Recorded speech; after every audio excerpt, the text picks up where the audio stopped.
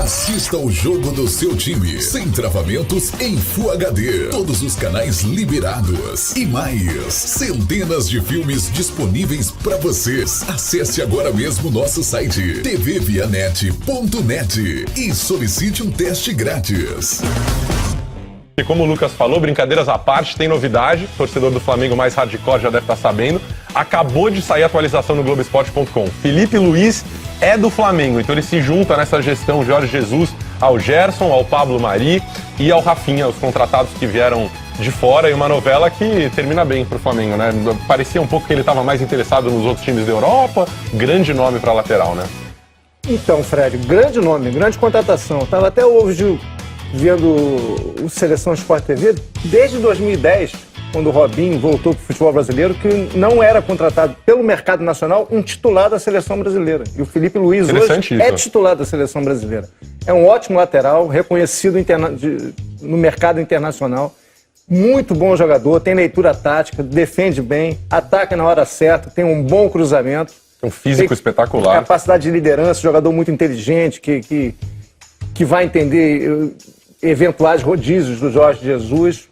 Belíssima contratação do Flamengo. Não é um cracaço, mas é um jogador completo. Um jogador que faz tudo que ele faz direito. Ele faz bem, ele faz acima da média. Ótima contratação. E o Flamengo já tem o René. Também, na minha opinião, é um bom lateral, um jogador com muita capacidade, com muito vigor. Acho que vai acabar tendo que se...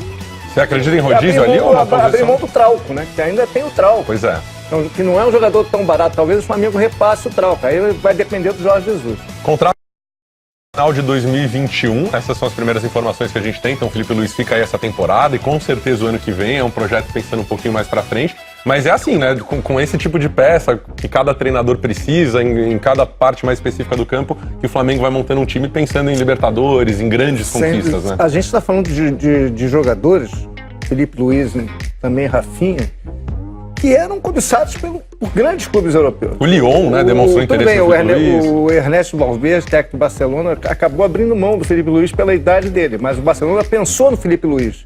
O Atlético de Madrid cogitou, queria manter Felipe Luiz. O Borussia Dortmund queria o Felipe Luiz. O Rafinha também tinha N oportunidades para ficar na Europa. O Flamengo foi lá e contratou os dois laterais. Conseguiu fechar bem os dois setores, ainda com reservas. Pode ser o Pará, o Rodinei pelo lado direito, pode ser o René pelo lado esquerdo. O elenco do Flamengo vai ficando ainda mais preenchido. Agora, o torcedor tem que ter uma certa paciência, que também requer O Felipe Luiz praticamente não jogou no futebol brasileiro. É um a gente não conhece, né? Ele está chegando Santa ao Brasil, Catarina... Campeonato Brasileiro, Libertadores, é tudo novidade para ele. Então, por mais experiente que ele seja, requer uma adaptação. O torcedor vai ter que ter paciência. Bom, boletim médico agora, vocês devem ter parado que eu tô olhando aqui, porque eu não sou médico, então os termos a gente tem que tomar cuidado. O Vitinho, o atacante do Flamengo, se machucou ontem no jogo com o Corinthians.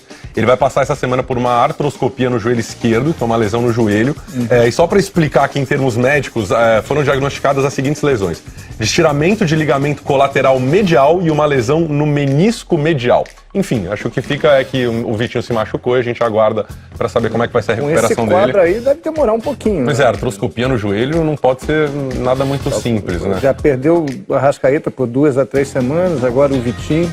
Enfim, a temporada, a conta chega para todo mundo, né? Tá chegando pro Flamengo também, vai chegar para praticamente todos os clubes brasileiros. Estamos aí com a imagem, então, no momento da lesão do Vitinho. Na hora, a gente vê tanto, né, jogador caindo, rolando no campo, difícil saber cada vez quando é mais sério. Aí na entrada do Cleison foi seríssimo, né, evidentemente. Vamos ver mais uma vez? É agora, quando ele vai tirar a bola dali, ele dá com a... Putz, é tipo acidente de frente, um vindo e o outro indo, né? Aí juntam as duas forças e, evidentemente, o Cleison não teve intenção de machucar o Vitinho como foi. Não. Então, enfim, ficam nossos desejos aí para as melhoras rápidas do Vitinho. Vamos ouvir o que disse o Marcos Braz sobre os protestos? É isso, vamos ver, porque né, o Flamengo sofreu alguns protestos, não me parecem muito equilibrados depois da eliminação da Copa do Brasil. Para você, é papo de torcedor ou tem sentido isso? O Jesus, inclusive, desceu para conversar. Ainda mais do jeito que aconteceu, do jeito que foi feito, essa cobrança em aeroporto. Eu acho que essa cobrança, ela ultrapassa qualquer tolerância quando ela é feita no local de trabalho do jogador. Os jogadores estavam indo embarcar. No local de trabalho, não se faz isso. Vai lá pro estádio, reclama. Twitter, né? Fala bobagem que quiser. Agora, botar dedo na cara das pessoas, ficar xingando, eu sou totalmente contra. O torcedor tem direito a reclamar, mas esse direito tem um limite. Não é um direito ilimitado, que ele pode fazer qualquer coisa e ficar perturbando a vida dos outros em plena via pública, dentro de um aeroporto. A gente viu, inclusive, nas imagens que o Diego chega a perder a paciência em algum momento. Quer dizer, todo mundo é gente, todo mundo é ser humano ali. Você chega no limite, né? As pessoas têm sangue. Pelo que eu entendi, o Diego perdeu a cabeça quando a família dele foi ofendida. Exatamente. Quando a família dele foi ofendida. Eu acho que as pessoas têm o direito de se posicionar, mas não têm o direito de agredir, de gritar, de xingar, de serem violentos. E para você ser violento, ultrapassar um ponto, não basta você dar um soco em alguém. Um grito já é um ato de violência. Da forma que ele é feito, um xingamento, uma agressão verbal, tudo isso é violência. Não basta dar um tapa na cara de alguém. Ultrapassou o limite, é violência, isso não pode acontecer. A gente aprende desde cedo que o seu direito termina quando começa o do próximo. Vamos ouvir então o que disse a respeito dessas cobranças exaltadas de parte da torcida do Flamengo, a direção do time. A gente não pode minimizar sempre os fatos, porque você não pode chegar e botar isso como de maneira natural. Agora, uma coisa é protesto, outra coisa é intimidação, e a gente está avaliando o caso e com calma a gente vai tomar as providências. Se tiver que aumentar o efetivo da segurança, a gente aumenta. Se tiver que fazer outras ações, a gente vai fazer. Mas o que eu posso falar para vocês é que está tudo tranquilo, está tudo equacionado. E que eu acho também é o seguinte: a torcida do Flamengo, ela toda direito de fazer o protesto. A gente entende isso. Eu estou desde os meus 8 anos de idade dentro do clube, então eu conheço bem esse processo. Como eu sempre falei, a situação do Filipe Luís sempre foi, pelo menos de uma semana, de 2 semanas, 3 semanas para cá, é uma análise de mudança de vida, não de clube. Ele está há 14 anos na Europa, a gente vem conversando isso, vem minimizando isso. O Flamengo também fez alguns questionamentos, o Flamengo tem alguns pedidos para ele. E isso aí está sendo feito de maneira calma, essa contratação. Agora que a gente foi desclassificado, infelizmente a gente foi desclassificado da Copa do Brasil, a gente pode botar ele na Libertadores, no Campeonato Brasileiro, na sequência da Libertadores e do Campeonato Brasileiro, dessas 2 competições, porque só na Copa do Brasil é que a gente efetivamente tinha um prazo mais firme que não poderia usar no resto da competição. E o Braga falando também da contratação do Filipe Luís, então, e os esforços do clube para resolver essa situação. Ainda no que a gente estava falando, e como diz aqui a frase, né, o que o Jorge Jesus falou, no campo xinguem, fora acabou. Isso mexe dentro do jogo, dentro de campo, na casa dos jogadores, no ambiente de treino, né? Isso só atrapalha. E desempenho do jogo. Tá vendo aí o bate-boca dos torcedores com o Jorge Jesus, que desceu do ônibus para tentar contemporizar, fazer uma diplomacia ali com a torcida. Agora, coincidência ou não, e não é coincidência, o pior jogo dos 4 do Flamengo sob a direção de Jorge Jesus foi contra o Corinthians. Depois, e não é coincidência. 24 horas depois dessa confusão. Mais uma, isso não é uma coisa exclusiva do Flamengo. Todo clube que entra em crise no Brasil tem confusão em aeroporto. Agora, acho que as autoridades, a segurança, não deveria deixar. O aeroporto é lugar das pessoas ir e vir, tem um monte de gente, criança, idosos, a gente ainda vai falar de criança também no programa de hoje. E tem essa confusão ali, tá atrapalhando o embarque. Aquilo ali era um portão de embarque. Tá atrapalhando a saída dos aviões, eventualmente. Enfim, é inacreditável. Bom, enfim, a gente se pergunta muito quando traz um cara, né, um técnico de fora, uma figura diferente como o Jorge Jesus, será que ele vai se adaptar ao futebol brasileiro? Vai. Será que... Não, mas quando a gente vê essas imagens, eu penso, será que ele se adapta ao Flamengo no sentido de, será que ele aguenta o Brasil? Não é esse tipo de coisa? Quer dizer, pressão no aeroporto assim, xingamento... Assim, perdeu um jogo, foi eliminado de uma competição, não foi nenhuma derrota cachapante, não teve nenhum vacilo gigante, não teve nenhuma grande humilhação. Ele já viu muita coisa em Portugal. O futebol português, nesse lado, é muito parecido com o Brasil. Benfica, Porto, Sporting, que ele estava agora no Sport. Mas lá o código penal é bem diferente, né? Você agride alguém... Foi uma confusão danada. O Sporting, ele também foi perseguido, ele teve um monte de problema, a torcida cobrando. São semelhanças que o futebol brasileiro tem.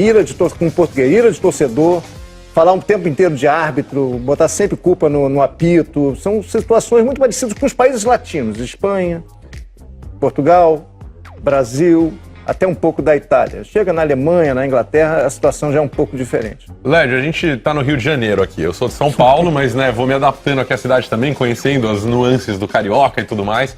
E tenho muitos amigos que torcem pro Flamengo, como outros times que moram aqui no Rio.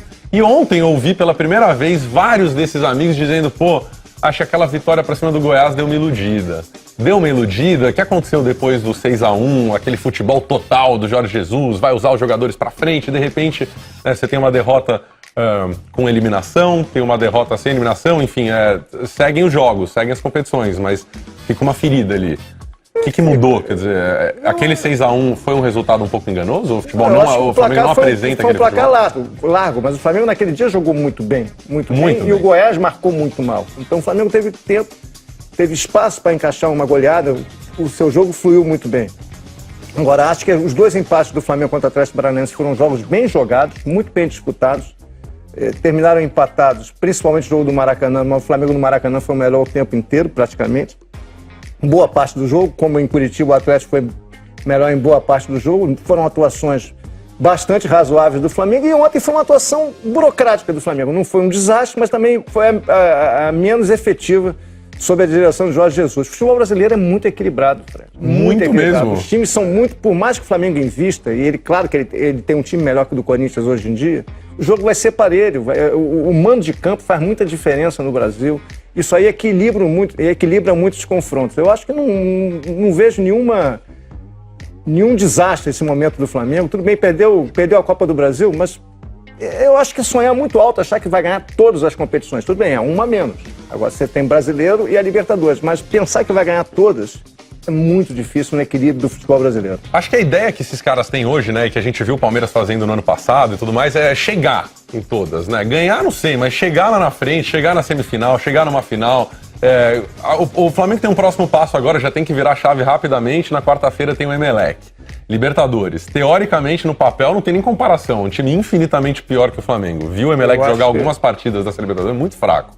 Mas e aí? Quer dizer, quando começa a bola rolar, a gente sabe que tem aquele clima de tensão, eles vão valorizar as faltas, eles vão gastar o tempo, e aí, né? Eu acho que a cobrança seria muito maior, acho que até justificaria se o Flamengo fosse eliminado pelo Emelec. O Flamengo é muito melhor que o Emelec. Porque aí sim, tem beleza. Tem muito mais time, tem muito mais elenco, tem muito mais condição, vai fazer o segundo jogo em casa contra um time que vem patinando, fazendo competições muito medíocres, tem pouco a apresentar, deve até jogar mais fechado contra o Flamengo em Guayaquil, não se abrir tanto, especular com o resultado, tentar uma vitória mínima para jogar pelo empate no Maracanã. É diferente de ser eliminado pelo Atlético nos pênaltis. Fez 3-0 no Boca. O Atlético é um ótimo time, é bem treinado há 2 anos pelo mesmo treinador, joga coletivamente, fez boas contratações.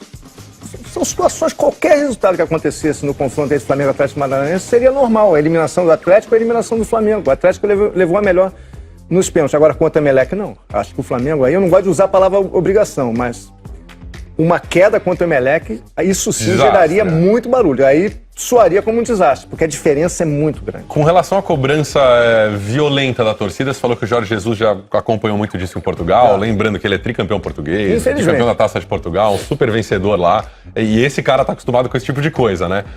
Ele tá acostumado também com essa pressão em termos de estabilidade de emprego mesmo, que a gente sabe, o Jorge Jesus pode não saber ainda, mas a gente sabe que um eventual desastre contra o Emelec e uma sequência não tão boa já começa a balançar.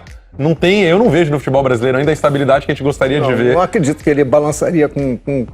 Caiu do Emelec, perdeu 2, 3 jogos seguidos. Não balança? Aí também é brincadeira. Eu também acho que é uma brincadeira. Hoje em dia, mas ele não está acostumado com essa gangorra. Assim, né? Portugal, por mais que seja um país latino, que tenha semelhança com o Brasil, não tem essa questão de ceifar a cabeça de treinador a todo momento. Tanto que ele conseguiu fazer, até no Sporting, ficar 2 temporadas no Sporting, 2 ou 3, agora não me lembro concretamente se foram 2 ou 3 que ele foi no Sporting, ganhando pouca coisa, ganhando uma taça da Liga, mas conseguindo ter uma sobrevida interessante. No Benfica, então, ele ganhou um monte de coisa, ficou um bom tempo. Agora, essa gangorra, essa ciranda, ele nunca viveu isso. Se hoje à noite chega um WhatsApp do amigo Jorge Jesus pro Lédio Carmona, Lédio, preciso de uma dica para a escalação do Emelec, você iria como? Pro jogo fora e pro jogo no Maracanã, pensando não na exibição, no show que a gente viu contra o Goiás, pensando realmente em passar. Eu jogaria para ganhar do Emelec em Guayaquil. Pra cima o tempo todo, pressionando. Eu já fiz 2 confrontos do Flamengo em Guayaquil, o Flamengo se deu bem nos 2.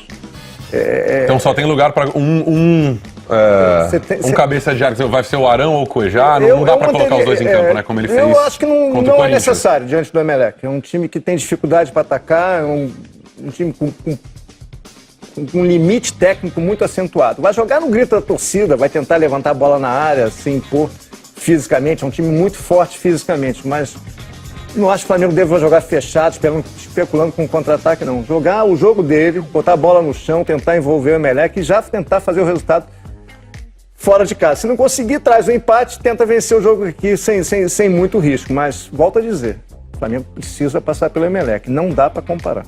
Muito bem. Dito isso, começamos oficialmente nosso Tá Na Área, já com a novidade de Felipe Luiz jogando no Flamengo e, claro, com a previsão de tudo que vai rolar de importante nessa semana bem decisiva. Tem Sul-Americana, tem Libertadores. Assista o jogo do seu time, sem travamentos, em Full HD. Todos os canais liberados. E mais, centenas de filmes disponíveis para vocês. Acesse agora mesmo nosso site tvvianet.net e solicite um teste grátis.